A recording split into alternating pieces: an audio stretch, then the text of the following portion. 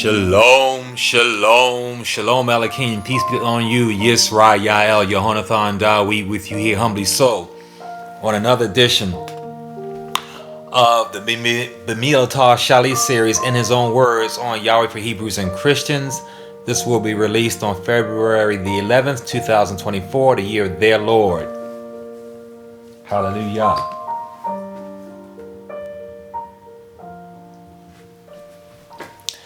Last week, we talked about no one knows that day or hour, nor hour. And this is episode number 62. We're coming to it because today we're going to finish out Tuesday, 2 days before the sacrifice. Today's topic is the fruitful grain of wheat. It's going to be shocking here. The fruitful grain of wheat, something we're going to learn today. A little bit new. It's different than... We got to read this word. When we read this word, we have to fast and pray, and we have to have a relationship with Yahweh, and we have to read it out aloud and hear it and listen to it, and read, and especially things that we think we know, old stories, read them over again, fresh, renew. Even in the sermon today, I read something today that was brand new to me that I've read probably 1,000 times. Last week, Matthew 24:36, when Yahshua was talking about, you know not the day nor the hour. Really? He was not really saying the day, but we should know the day if we study this word, and we are commanded to know. But the hour we do not know. Because remember, later in Matthew 24, talk about how one was taken, the other one was left, 2 in the field, 2 on the roof, 2 working. One is taken, the other one left. But they both were working, but one was not watching. And we're going to look at some of the original words to help us understand better. In Matthew 25, 1 through 13, we see that there were 10 virgin women. They must have known the day. They were all at the right place. And they were rightly dressed. They were all virgins. They all had their oil. They had their tools. And they were there at the right day. But they did not know the hour. The hour was the hour that the groom came was late, so they fell asleep. But even in doing that, there's 3 words we talked about last week. So they knew the day, but they didn't have the hour. Greek word 1097, genoseko, means to recognize, perceive, ascertain, realize. So they all recognized, perceived, ascertained, and realized, but there's Greek word 1127. Gregoriouo means to be awake, alive, particularly at a time of safety. I mean, they were not in danger where they were, but when we all have to go to sleep, that's the flesh. Nevertheless, even Yahweh Shua had to go to sleep. So is while sleeping is just being like the 300 chosen by Yahweh for Gideon. They all had to drink, but 300 of them were also satisfying the flesh, getting water, which was needed, but still they were being watchful. And when you Gregoriouo, even though you have to be asleep, you still in your spirit are alive, even at a time of safety. Okay? And so that's Hebrew word Greek 1127. Now, here is one that is really, really misunderstood by just like everybody I know. And all the preachers, they talk about this second coming, but this does not apply to this narrative here in Matthew 24 and 25, because it's using Greek word number 3952, parousia. All right, parousia is a technical word for an official's personal presence. So Yahshua is the official, just like with the 10 virgins. The groom is coming. He's the official groom. He's the one that's going to be married to the faithful ones. And it's his personal presence. Okay? Because he had a personal presence to those 10 virgins. We know it wasn't to the world, because the 5 foolish ones had to go back out to the world to buy more oil. So he didn't appear to them out there in the world where they went to go buy the oil. So this coming is not a coming for the whole creation. This coming is a personal presence. And this is the one we should be looking for, we who are alive. Of course, I'm not talking to anybody dead. It's the parousia. That's deep. Yahweh's personal appearance to you. And blessed is he who is working at that time and doing those things that are pleasing to the living Elohim. You know, in Revelation 13:18, we are commanded to understand this mark of the beast. And 17:9 talks about those 7 heads and the woman who sat on this beast. Who is this woman? And she's a harlot. Yisrael, what has she been known to be called by Yahushua? You read Ezekiel was 26 and Ezekiel 17 and a whole lot of places where we have whored ourselves. Yisrael is the harlot. And we know nations are called by a woman. The woman is the nation. So, and she sat on this beast. So we'll get more to this stuff. But I talk about this Revelations because 7 times in the book of Revelations alone, Yahushua says, he who has an ear, let him hear. We know the record says that faith comes by hearing, and hearing the word of Yahweh. So that's how we increase our faith. This is how we increase our discernment. Our genoseco, to recognize, perceive, and ascertain and realize, is by Shema, by hearing. Now also it's interesting to note that also 7 times Revelation talks about judgment coming on those who live on the earth.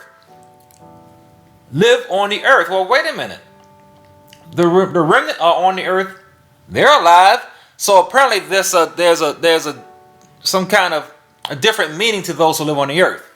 Those who live on the earth are those who had their lot in this earth. Those who benefit from the world continuing on in its way. Those who are benefiting from the way of the world as it is at that time, which will at that time will be peace and safety. Under a forced covenant. Old blood covenant. But they are benefiting from it. And they want to keep it as it is. They don't want it to end. Yahushua coming will stop their flow. So judgment is coming on those who live on the earth, those whose equity is in the earth. But the others, those who have an ear to hear, are those who are discerning the times. And they are Gregorio, particularly aware at a time when there's supposed to be safety. And they will be ready for not only the personal appearance, but the actual second coming. So, what Yahushua says is, the servant does not know that hour, but he is to turn to Yahweh. Turn to that. When you hear something, you turn to it. When you hear something, you lean towards it. And this is the word that he's using. It means when you hear, you turn and you lean towards it. And then so when he comes, when that sound comes, when that cry comes, that the groom is coming, we turn, we lean towards that sound. We attend to it.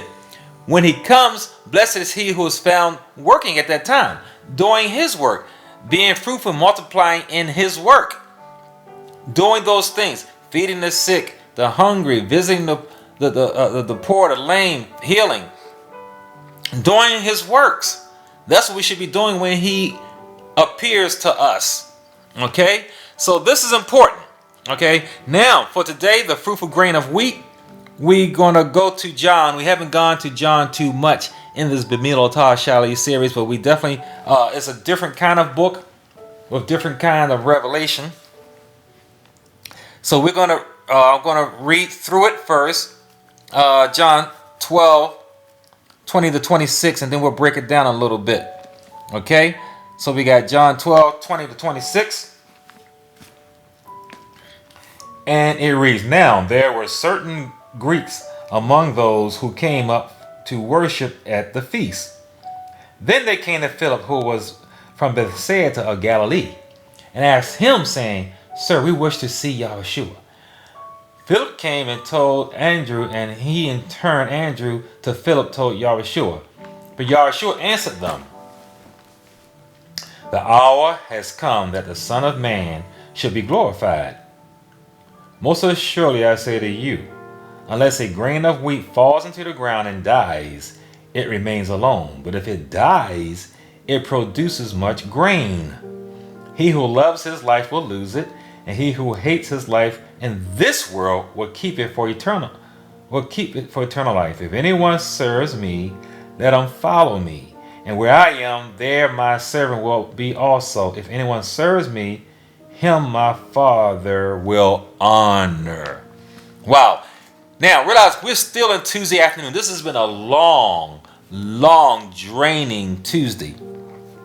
Whole lot of attacks, whole lot of lessons, but we're going to finish it today, Tuesday. Now, a whole lot there. In verse 23, we see that these Helens, and a Helen is that's Greek word 1672, is a Greek-speaking person who was educated and non-Hebrew. So Helen is a Greek-speaking, educated non-Hebrew. So now here they are coming. They're like, we want to see Yahushua. Now let's get deep into this word. Verse 23, when it says, he is really saying is he took up the conversation. So they ask him, they let Yahushua know that these Helens want to see him. And it seems like he's ignoring them and just starts talking about his glory and saying that his time has come. But what he did, that's not what's really going on. What's really going on is Yahushua is answering them. See, this word they use when they say they want to see him is thelo. That means when they say they want to thelo Yahushua, they want what is best, and they are willing to act on his words. So they would come to him because they wanted to give what they have to him and receive what he has, to act on it. They wanted to do what he was saying. So they wanted to meet him.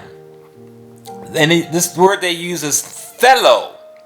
So Yahushua, we return with that word. I really don't say that Yahushua spoke Greek, but in returning this word thelo, what he is saying is that Yahushua's best offer to the seeker,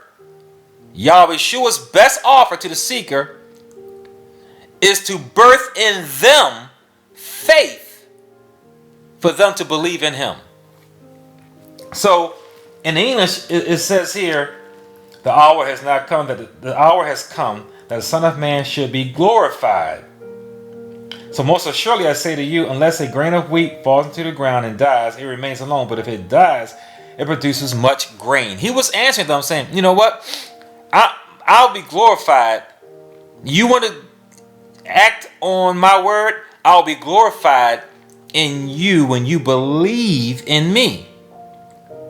Because he talks about how if you believe in him, you believe in the Father. If you believe in the Father, you have to believe in him. So he's saying that Yahushua is glorified when we believe in him and act on that. And how is this done? Is in a way that a created mind could not conceive until it happened. And that is by dying. This is unheard of. Dying? This is how he do it. But the death does what? It produces much grain. This is counterintuitive to us. And particularly against the accuser and his demonic host. Because had they knew that, they wouldn't have killed him in the first place. Because in his death, it produced much fruit, much grain, more abundantly than can be counted. And this is something that before that happening could never have been conceived by any created mind. This eternal covenant before the foundation of the world that Yahweh made with himself and his son, who was the first of his creation. This is something that should give us chill bumps. That the death of an endless life. Yahweh should put on his fleshly tent. And he did not have his life taken. He was not a victim. He gave his life up freely in obedience to the word of his Father. He only did what was told to him by his Father. And he died. He said, not only am I going to be glorified through you by your faith in me, which he was telling the Helens and really telling all of us, but this is how I'm going to do it. I'm going to die. The grain is going to die. And see, what happens is if the grain doesn't die, it remains alone. And he's right.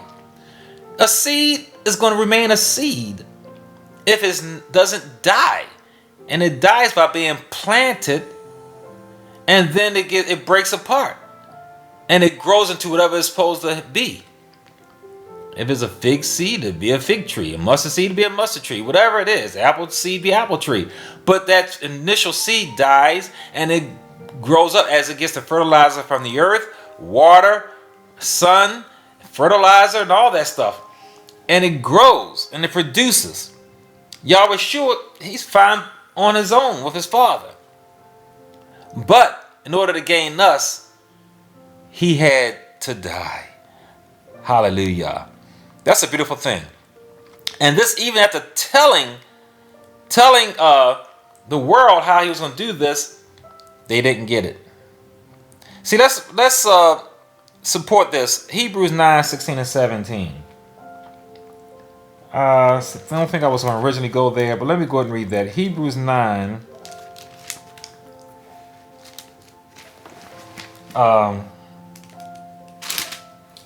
6 and 7. It's going to talk about this death, okay, and why it had to happen. Because without that, all you have is a seed, and there's nothing wrong with the seed, but you cannot survive off of just eating seeds. What you survive off of is what those seeds become. Hebrews 9, 16, 17.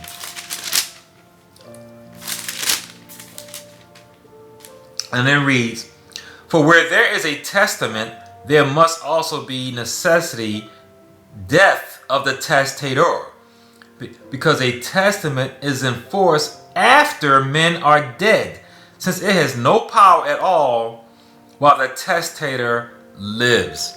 Yahweh Shua testifies of his Father, Yahweh, and in order for us to get the benefits of that testament, he had to die. Then it can be put in force where we can reap the benefits. Toda Yah, Toda Yah.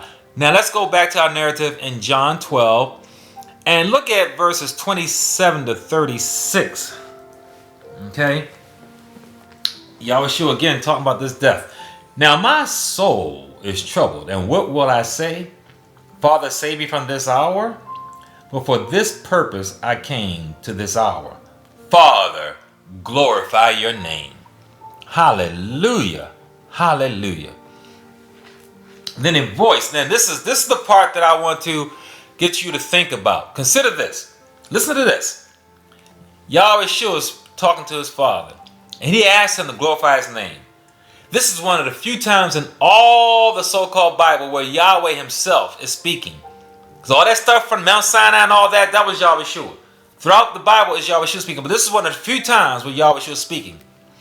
One of the other times was when Yahweh was said, "This is my son, my beloved son. Hear him."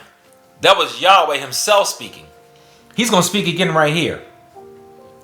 After Yahweh Shua says, "Father, glorify your name," then a voice came from Hashemayim saying, "I have both glorified it and will glorify it again." Hallelujah. Therefore, the people who stood by and heard it said that it had thundered. Others said an angel has spoken to him. So I want you to hear this. I'm going to make a proposition later in this narrative. Yahweh Shua speaking to his Father, saying, "Glorify your name." His Father answered him for them to hear. He said that he has glorified his name and glorified again. Now the people heard it, and it was so audible, it sounded like thunder. It rocked the area. It thundered. So much so that others said, "It's angels. Angels are talking. These are angels speaking back to him." So make it clear. The people around him, their ears audibly heard the voice of Yahweh. Now they may not have discerned it. It doesn't say that they discerned the words, but they heard the power and the force of his voice. That's what they said. They said it thundered, and it sounded like it could have been angels. Okay? Remember that. I'm going to make a proposition later. So we see that Yahshua is speaking. He says, "This voice did not come because of me, but for your sake. Now is the judgment of this world. Now the ruler of this world will be cast out. And if I am lifted up from the earth, will draw all peoples to myself."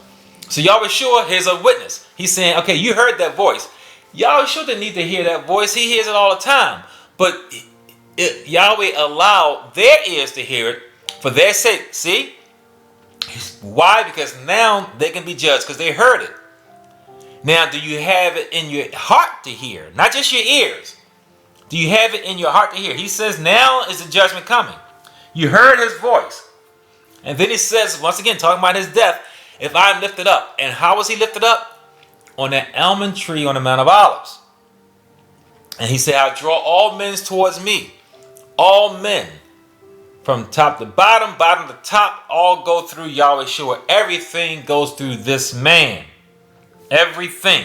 So we got the voice. It was heard. And it was heard for their sake, for salvation or judgment. We continue on. So he talked about being lifted up to signify his death. The people answer him, we have heard from the law. So now what they thinking is, now we're going with the conversation. They're thinking a storm is about to come because they heard the thunder and the rumbling. So to them it's just like another thunder, grating clouds and thundering. So just think of the picture. You probably have, this is now going towards the evening. So we're getting later getting towards the evening time. And now they're hearing thunder. Probably got clouds coming by. It's getting gray. And so they're here talking with them. Now they're saying that. So now they're saying here, we have heard from the law that the Messiah remains forever. How can you say the Son of Man must be lifted up? Who is the Son of Man? So they're saying, wait a minute. You talking about dying? Are you really talking about dying? Then how can you be the Messiah? Because based on the law, he lives forever. So then they say, so what's up with the Son of Man? If they had read and understood Ezekiel, they would have known who the Son of Man was. Then indeed it was this man who will lift up the name of his Father. And that's what a big part of Ezekiel was about. So Yahshua says to them, a little while longer, the light is with you. Walk while you have the light, lest darkness overtake you. He who walks in darkness does not know where he is going. While you have the light, believe in the light, that you may become sons of light. Remember, I'm trying to give you a mental image here. Already now, we are getting later in the day of Tuesday. They had thunder. So you probably got grayness and clouds. And they think, okay, storm is coming. He's talking about it's getting dark. They're not seeing that he's saying he is the light. Okay? And that they need to follow him while they have a chance. He says it's only here for a little while. So they're still not getting it. Even his disciples are right there with him. He says, these things Yahshua spoke. And listen to this. Departed while he was hidden from them. Yahshua went into another dimension. So he talks about his death on the tree, his soul being stirred by this. He speaks with his Father to glorify your name. Yahweh himself actually responds and is heard. And because of that, Yahshua says judgment is now on this world. Then he talks about the tree, how he be lifted up. And we see that everything goes in. Psalm 40:7 says the whole book of the Torah is all written about me. Psalm 40:7. So again, when Yahshua said, I'll be lifted up, I will draw all men to me. This whole Torah speaks about him, he's saying. It all speaks about him, and he's quoting Psalm 40:7. of how the whole Torah is him. It's all about him. So here they are, still not understanding about him being lifted up, and he is the Son of Man. I guess because they understand Ezekiel. And then he says, okay, in 35:6, I am the light.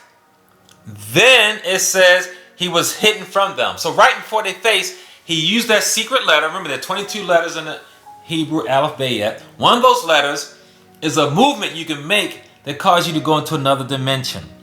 Okay, now right now I'm not sure which one of those letters it is, but he went right before that to another dimension. They missed him. They missed him. So you got this storm coming. It's getting dark. They heard the thunder and all that, which was the voice of Yahweh. And they got him talking about why walk while it is light. And they seen that the light is passing, the sun is setting. Now, let's continue on this part that I want to share here, verses 37 to 41. But although he had done so many signs before them, see, all these signs right before them, they did not believe in him, that the word of Yeshua, the prophet, might be fulfilled, which he spoke. Yahweh, who has believed our report, and to whom has the arm of Yahweh been revealed? So now they quote in Isaiah 53:1. Therefore they could not believe, because Yeshua said again, he has blinded their eyes and hardened their hearts, lest they should see with their eyes, lest they should understand with their hearts and turn, so that I should heal them. So I think that's from Isaiah 6 and 10. Remember Isaiah 42:19, Yahweh says, who's blind but my servant, my Eber? Who's the one that's blind? My own servants. Here Yahweh is, the light of the world, was right before their faces, right in front of their faces, and they did not recognize him saying who he was. And here the sun was setting. There's an overcast, graying clouds, and thunder. And then this light disappears right in front of them. That's the picture I want you to see. Right in front of them. After all those great works he did, all day long, from early Tuesday morning until that moment, until Tuesday evening, and they did not get it. They missed it. They missed it right in front of their eyes. 42 and 43. Nevertheless, among the rulers, many believed in him. But because of the Pharisees, they did not confess him, lest they should be put out of the synagogue, because they love the praise of men more than the praise of Yahweh. So here they are, some of them seeing these works and seeing what he's saying did believe, some of the leaders. But the Pharisees were right there before them. They feared more. Because remember, the Pharisees were the guardians of access to Yahweh. And access to Yahweh is through the Mosaic covenant. So if they get put out of the temple, as far as they know, they have no further access to Yahweh, and they are damned and doomed. Not realizing that the light was right there in front of them, that a new access to Yahweh was coming. It was upon them, and it was going to arrive at his death and resurrection, which causes them to be his fruit. But they did not connect all these dots. All they saw was right in front of them was temple access to Yahweh. If they get kicked out, then that means their soul is lost. Instead of receiving Yahweh as the new access to Yahweh. This is deep, ladies and gentlemen, Hebrews and Hebrewists. So then, listen, this is a deeper part I'm getting ready to say now, because we got Yahweh speaking again. Remember, I told you that he went out to another dimension. Yet we have here, after we've seen that a lot of these leaders was afraid to profess Yahweh, we have here in 44 to 47. He who lives in me believes not in me, but in him who sent me. He who sees me sees him who sent me. I have come as a light into the world, that whoever believes in me should not live in darkness. And if anyone hears my words and does not believe, I do not judge him, because I do not come to judge the world, but to save the world. Let me go ahead and stop right there. So we got this voice coming. I don't believe Yahushua was visible because they already said that he was hidden from them.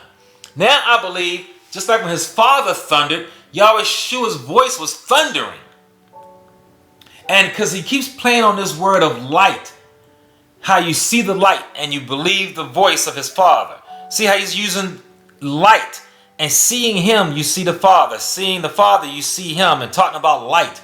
While the sun is setting on Tuesday evening. There's a big play on his words, and then there's thunder. I believe while he's doing this, there's thunder and lightning happening. And then he goes on in verse 48. He who rejects me and does not receive my words has that which judges him. The word that I have spoken will judge him in the last day. So we got the seeing and the hearing. The light, seeing him, you see the Father. The word, judging words is what you hear. Okay? Because I have not spoken of my own authority, but the Father who sent me, who gave me a command, what I should say and what I should speak. And I know that his commandment is everlasting life. Therefore, whatever I speak, just as the Father has told me, so I speak. Wow, I believe all this was done without them seeing him. All that narrative was thundering and lightning to stir up their hearts, to rattle their chests, and to shake their minds. I believe the disciples who remained there fell. I believe they did. I believe that this narrative happened at the setting of the sun on Tuesday, which ushered in Wednesday, because after this narrative, this is just like at Mount Sinai.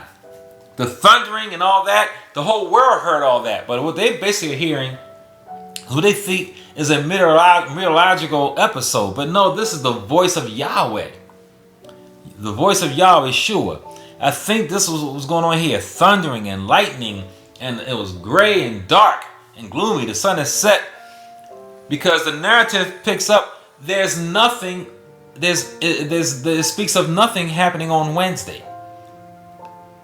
Because next we got is that meal that is mistakenly looked at as the Last Supper, which it is not. But there's a blank on Yahushua doing anything on Wednesday. Nothing.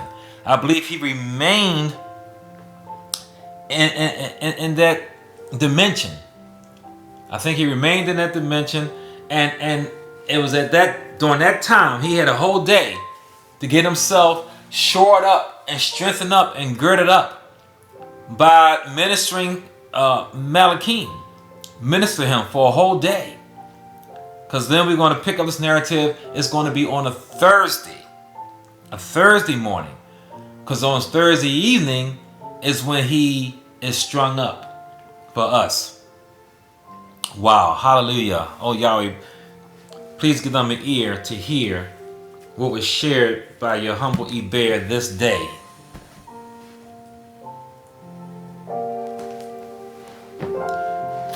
Oh Father, I bless your name for your word. Your word is true. It's forever been settled from Hashemayim. Dear Father, work your work in me for this ministry.